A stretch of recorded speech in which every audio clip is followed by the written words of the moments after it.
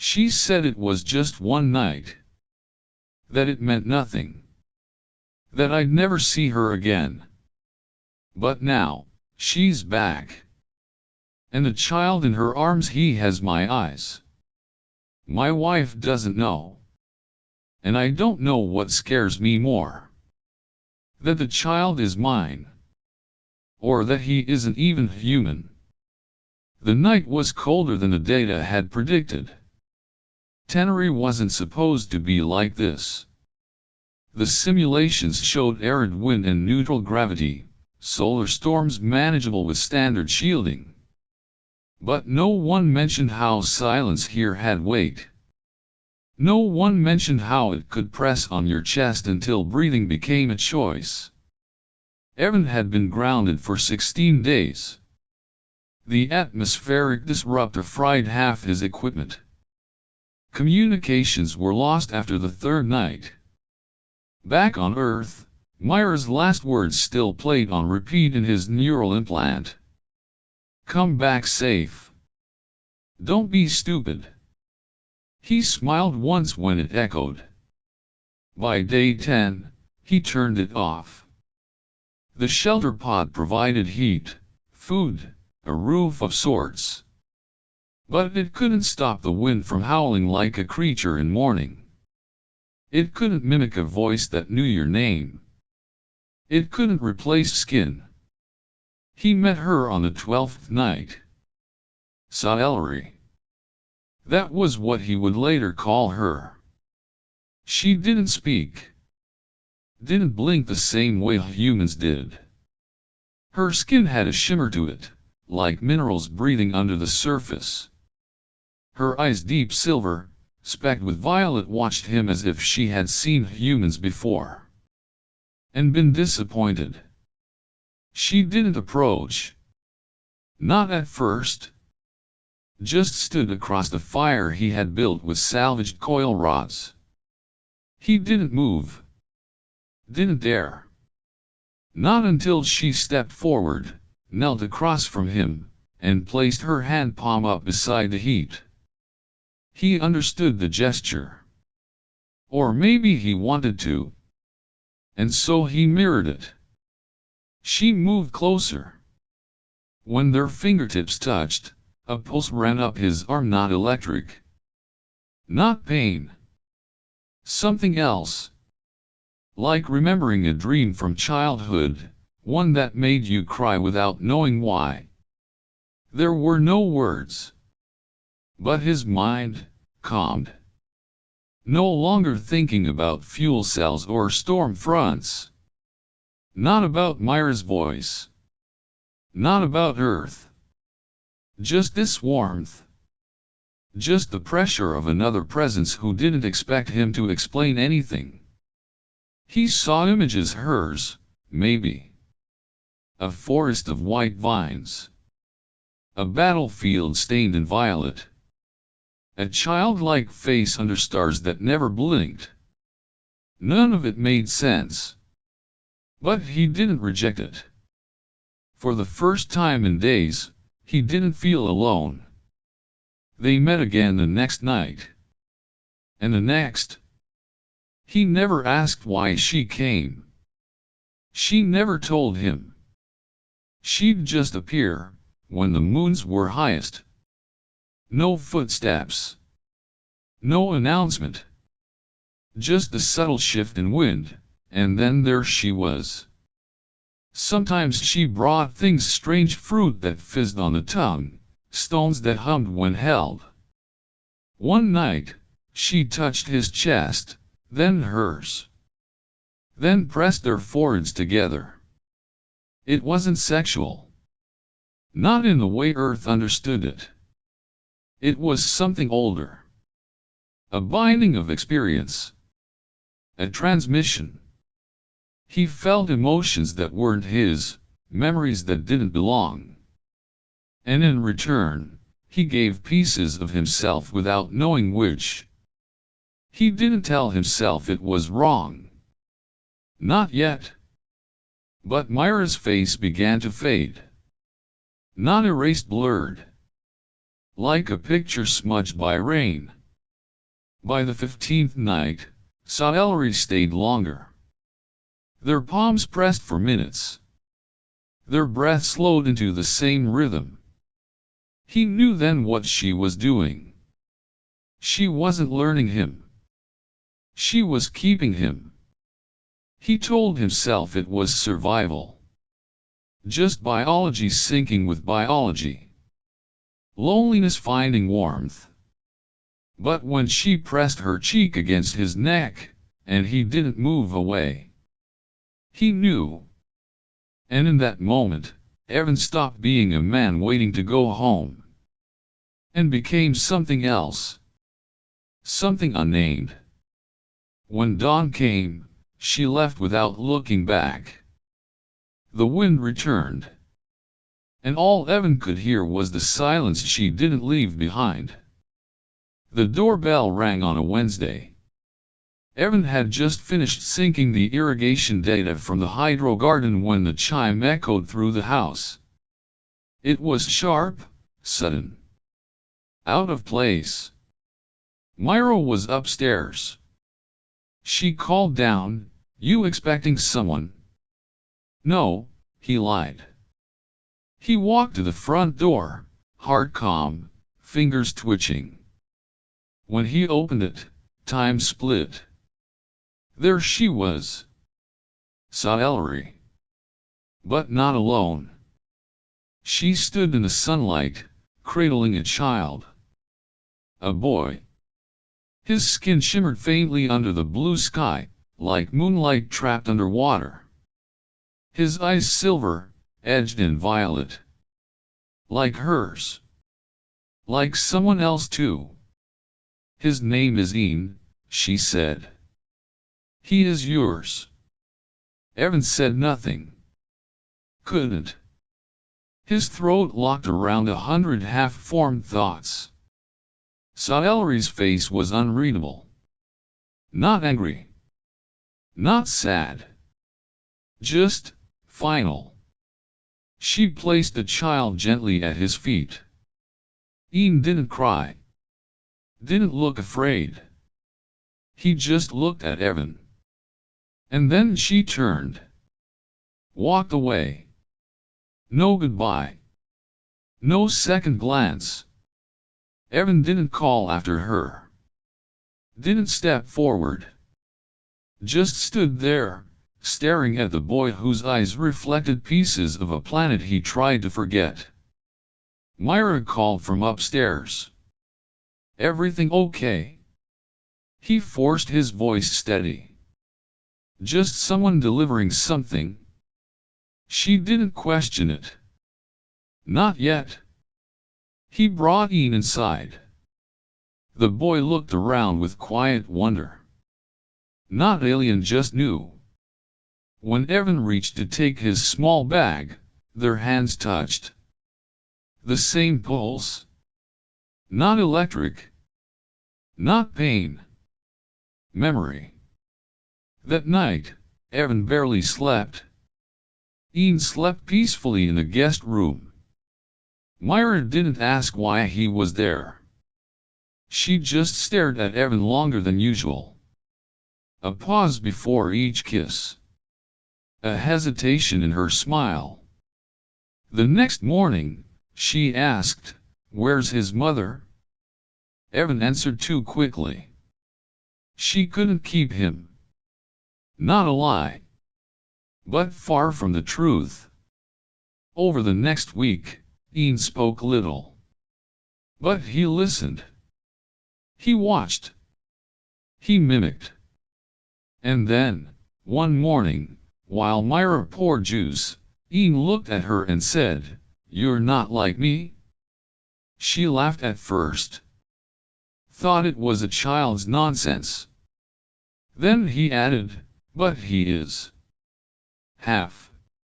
She froze. The glass slipped from her hand, shattering on the floor. Juice bled across the tiles like something wounded. Evan. He couldn't answer. Not fully. So he didn't. "Where is she from?" Myra asked. far. Does she know about me? She did. Myra didn't cry. But something in her eyes broke. Quietly. Without noise. Later, Ian touched the window, looking out at the stars. Does she come back? He asked. Evan didn't know.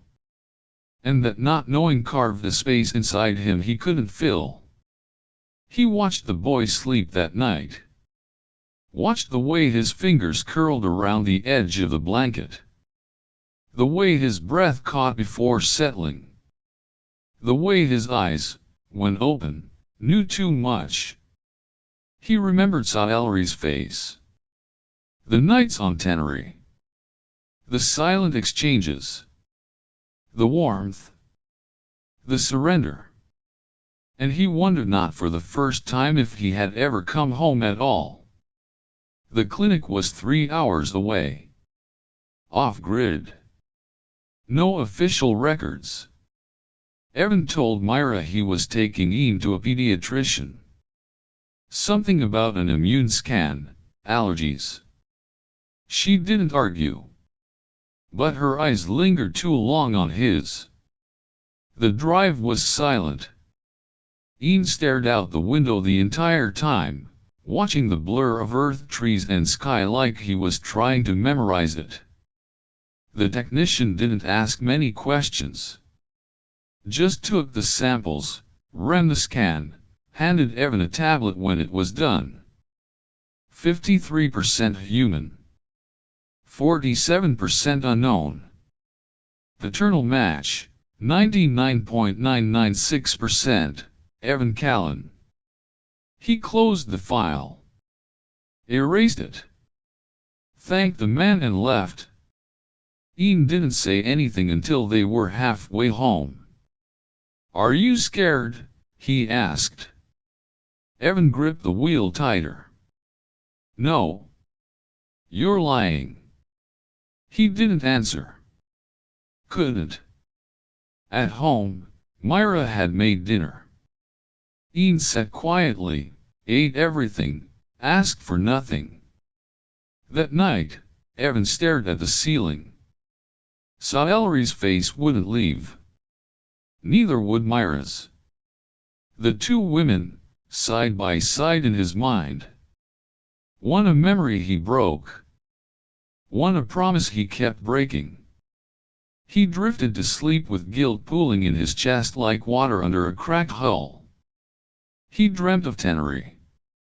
The wind. The touch. The silence. When he woke, it was still dark. He heard voices. Faint. In the kitchen. He got up, padded down the hall. Myra stood by the sink, glass in hand.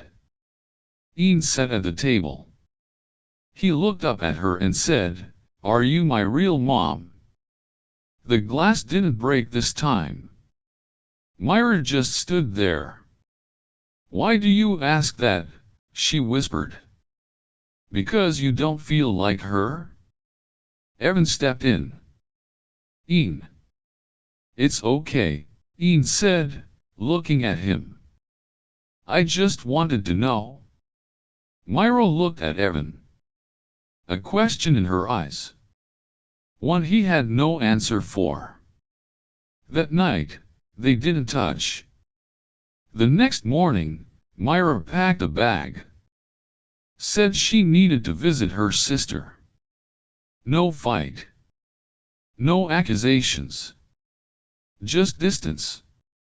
Ian watched her leave from the window. Will she come back? Evan didn't know. Later, Ian sat beside him on the couch. Did you love her first? Or me? Evan looked at the boy. He looked so much like Sci-Fi now. Not in features. In presence. In the way he sat still but made the air feel charged. You came after, Evan said. That's not what I asked. He couldn't answer. And Ian didn't push. That night, Evan found himself back in Tenari again. In dreams. The color of the soil. The way the moons didn't blink. Saw Ellery's hands. The way she never asked. The way he always stayed. When he woke, Ian was standing at the doorway. "I heard your dream," he said. Evan sat up. "You what?" "It was sad." He nodded. "Yeah. It was." Ian came closer. "Is that why I exist?" "Because you were sad." And Evan felt something inside him collapse. He pulled the boy into his arms. "No," he said. "You exist because I needed to remember something real." Ian didn't reply. He just leaned into his chest. Neither of them slept again that night. Myra found the device while cleaning the garage. It was tucked inside an old field bag Evan hadn't used in over a year. She opened it out of curiosity, thinking it was a comms unit. Instead, the display flickered to life, projecting a pulsing amber waveform. It labeled itself, Neural Sync Protocol, Tenari.02. There was a log. She tapped it. Playback initiated. No visuals. No sound. Just patterns. Waveforms intertwined.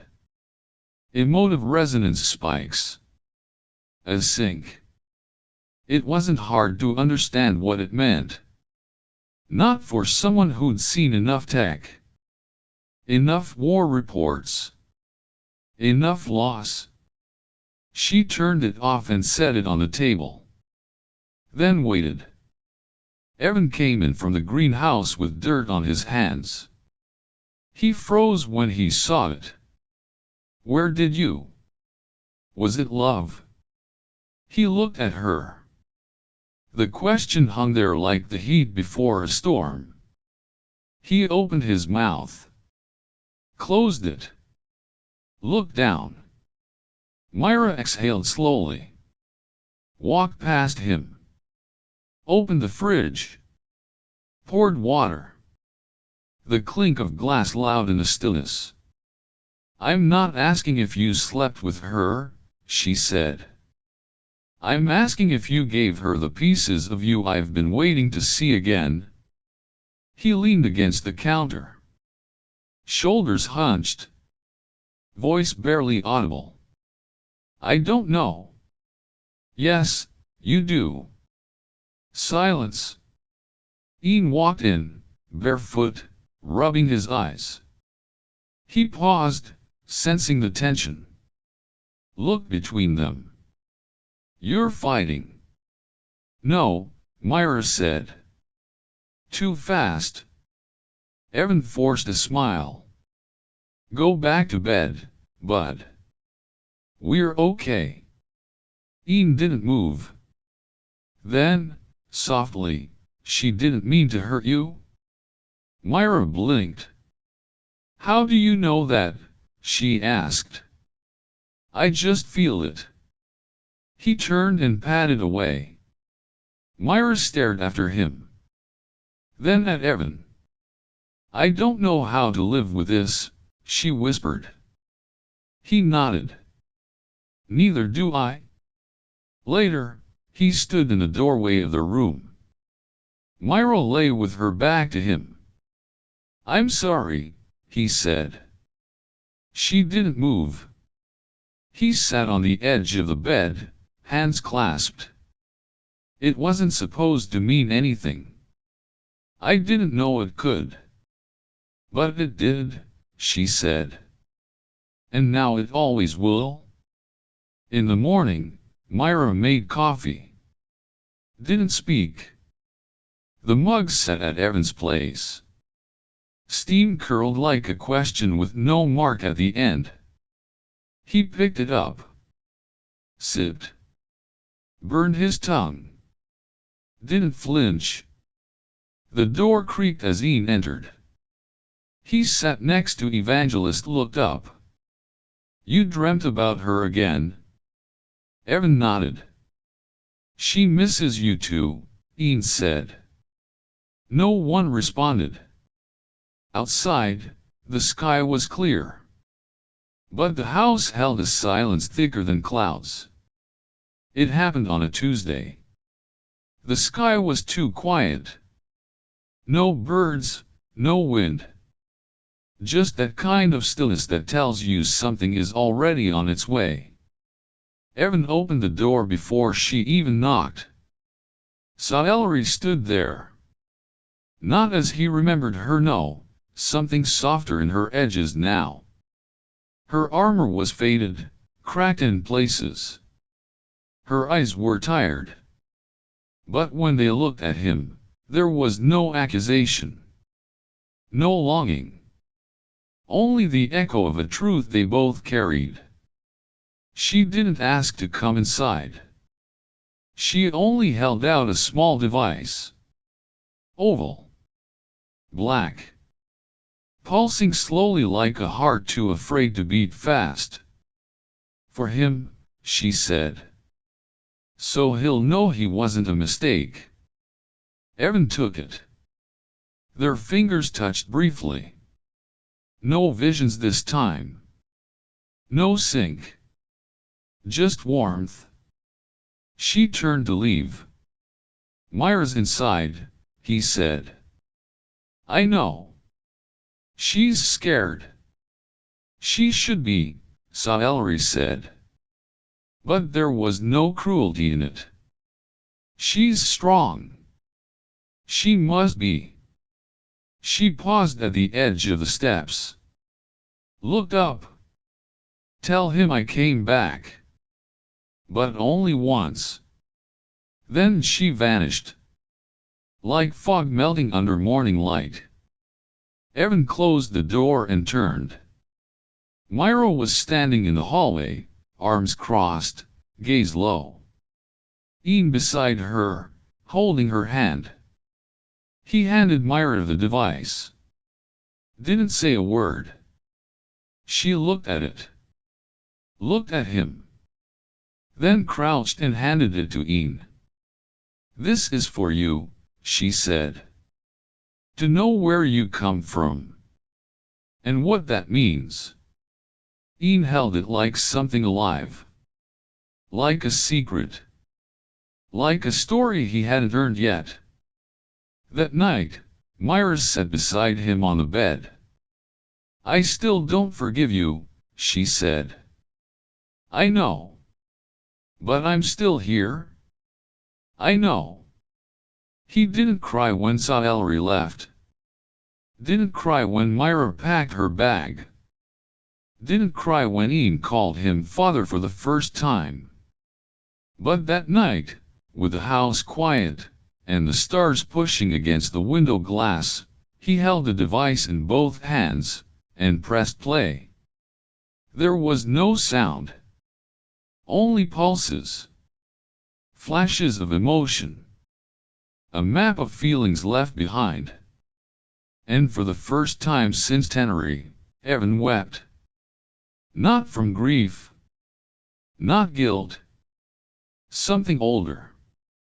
Something without a name. Ian found him there in the morning, still holding the device, eyes red but open.